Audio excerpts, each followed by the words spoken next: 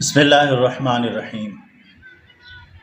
حدیث پاک میں ہے کہ کن جانوروں کی قربانی کرنا جائز نہیں ہے۔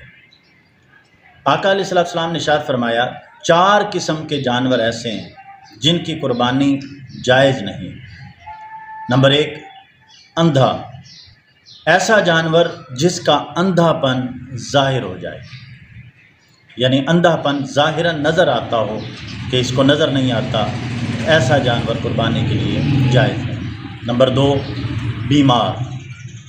بیمار جانور کی قربانی جائز نہیں ہے، اور وہ بیماری بھی اس کی ظاہر ہو جائے۔ نمبر 3، لنگڑا، ایسا جانور جس کا لنگڑا پن ظاہر ہو جائے، ایسے جانور کی قربانی بھی جائز نہیں ہے۔